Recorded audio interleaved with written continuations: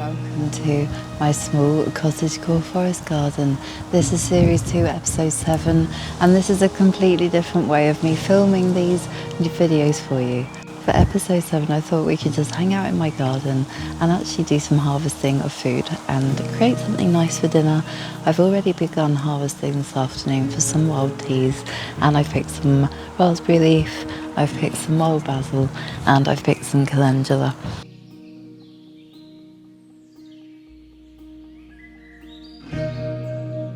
The first plants that we're going to start with is actually wild basil, and this is just randomly growing in my garden. It's actually a wonderful herbal tea and has many medicinal benefits, so I'm going to gather some.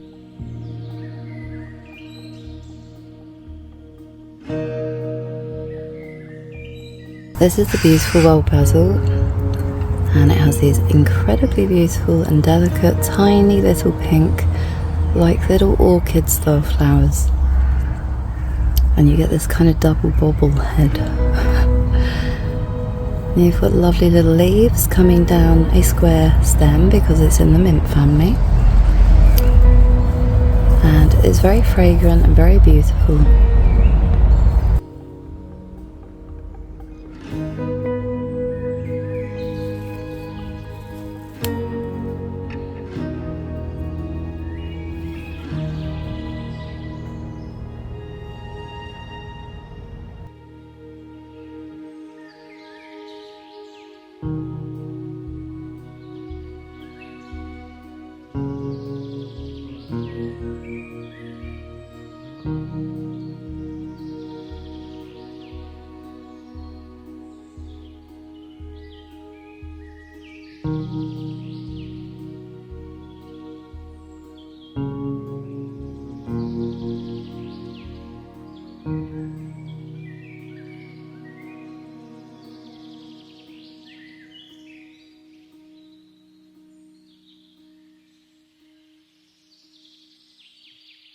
So here is the wild basil, looking very beautiful.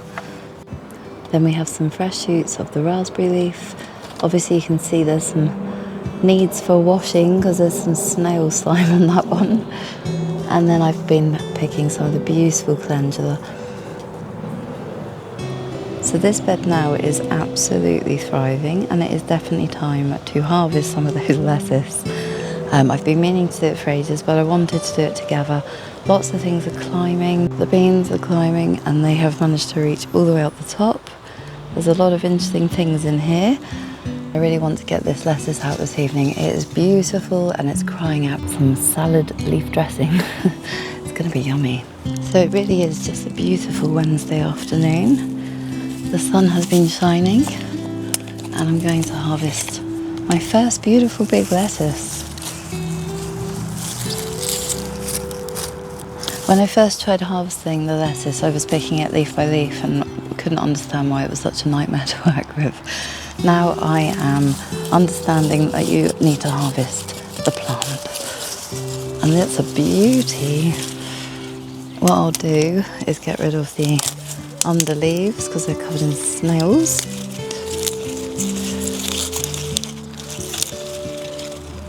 Amazing. There we have it. My first beautiful lettuce with grasshopper. Then that seems to be another nice looking lettuce here, so I'm going to take this one too. And again, just taking off those leaves. That looks like a lovely piece of salad for dinner. This one's bolting, so I'm going to just pull the whole plant out. Make room for something else. I'm very excited that my first larkspur ever has begun growing. This is the dwarf variety, so they are actually very small. But I just threw seeds in here and they were hollyhock, which I've managed to get 2 to sprout. And I've managed to get 2 of the larkspur, even though I put in rather a lot of seeds. And then of course we got some kale, which I'll go around and pick for dinner. There's some bulbs up here too, but all my bulbs are just still green this year. It's very strange. The raspberry bush has been incredibly productive for quite some time now, but I haven't actually harvested any of them. I've been just letting them drop to the floor. I kind of have that theory that it's nice to give the first part of the harvest back to the earth. But I'm definitely coming in for some raspberries at this point because we haven't had any yet and they look very nice. I do obviously walk past and have a little nibble, but this will be the first batch for dinner, which is very exciting. I planted this in the garden not last year but the year before, and this is the first year that it's been incredibly laden with fruits. We had a few last year, but this is very established now and it's doing very well. So I will have a hunt through for some lovely raspberries, and this also sort of indicates to me that the wild raspberries will be ready now too out in the forest. So if you're not growing raspberries at home, you may be surprised to hear that they grow abundantly in nature.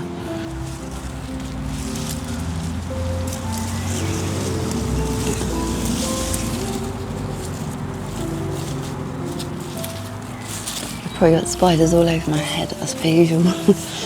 Oh, there's a lovely one. They are looking gorgeous. With the outrageous prices of things like raspberries right now, it does feel very satisfying to grow your own. I think it's an outrageous waste of money because you only get a few in a box.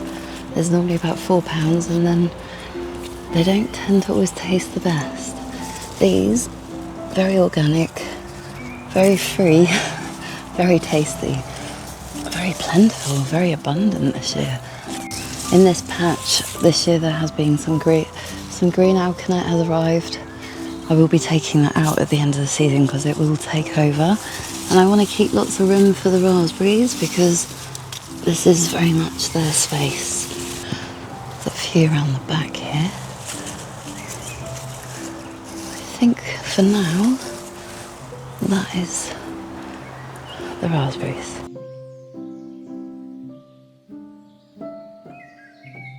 Table's starting to look really lovely. Now I feel like it's potato time. So this is the potato patch at present. We have now got the addition of some borage. There's 2 in here. I'm not entirely sure where they came from. I don't think I planted them. They may have been in a wild seed mix.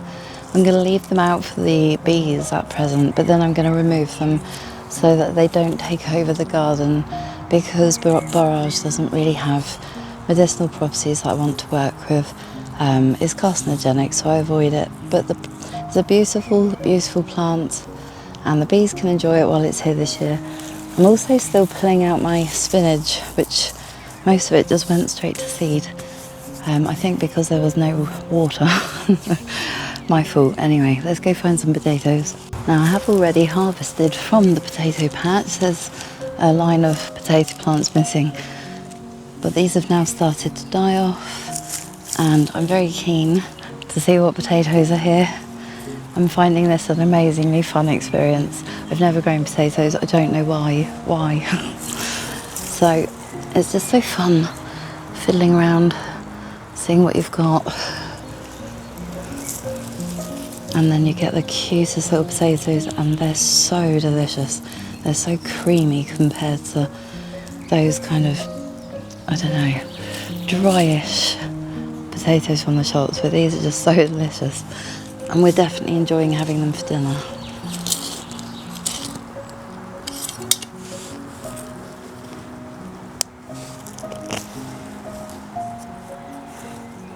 Okay, that's really annoying because all the potatoes look really tiny.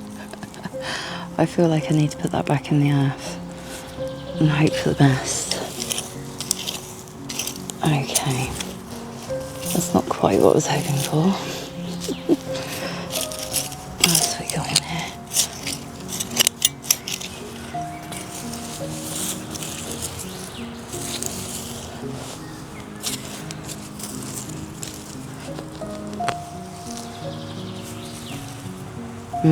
Yay!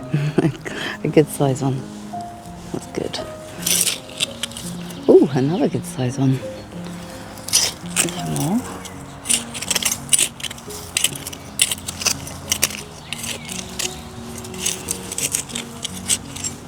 Ooh, I found another one. This is a little bit like foraging for mushrooms. It's quite exciting. Simple things. But let's hope that this one's got some in there. Oh, I found a potato. Oh, that's the original one. There's loads of baby ones. Let's just put them back. See what happens. I think they're too dry. I think they need more water. Okay, let's persevere and hope for some more potatoes. Ooh. Again, some nice shaped ones, but then lots of little ones. So I think I'm going to just try and put it back in the ground and hope to God it grows again with enough water. Good ones there. I feel like I now have the potato bug, and this potato plant here was never supposed to grow here. I'm not entirely sure how this got here, but it's been here for a while. It was the first plant up. I feel like we're going to have a lot of potatoes from this plant. So let's see if I'm right. I hope I am. It's been here for quite a while. There's a very nice potato. Amazing. I'm going to take the plant and put it into my usual compost spot. That is a very positive start. I think we're going to have to... Oh, look! Oh, wow! Oh, that's good. What else can we find in there? Oh my goodness, this is fun. I'm going to kill the chard. Hold on. Let's move those. I have a baby chard here. I don't really want to upset. I'll pop you in here with my tomato plant. Okay. This is very sandy, so who knows what we might find. Beautiful. Beautiful dinner. So my dog has ruined this area. She has dug a massive hole here, killing everything in this bed almost, and basically destroying all the beds. So I'm just kind of harvesting whatever grew after the destruction, and I've got some lovely, I'm not sure if this is actually kale or sprouting broccoli, but it is abundant, and I have noticed it's cut and come again. So I do come out and try and harvest some dinner from it.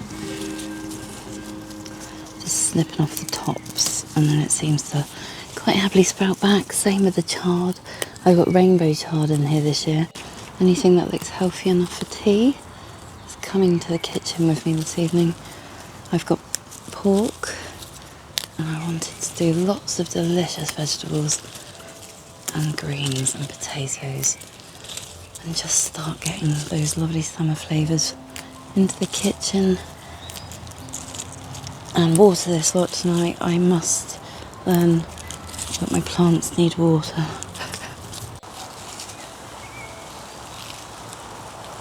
I wanted to show you the new variety of nasturtium that I've been growing this year. This is the wrinkled peach variety. Excuse the distraction, look at that. Very beautiful. I'm not really sure what happened to the gooseberry bush. All of the leaves have vanished. And the fruit has gone very pink. I was going to try it and see if it's still edible. And it tastes okay, but I'm not really sure what happened. It was doing so well. Ow, it's very sharp. But yeah, I'm not sure what ate it, but something has destroyed it.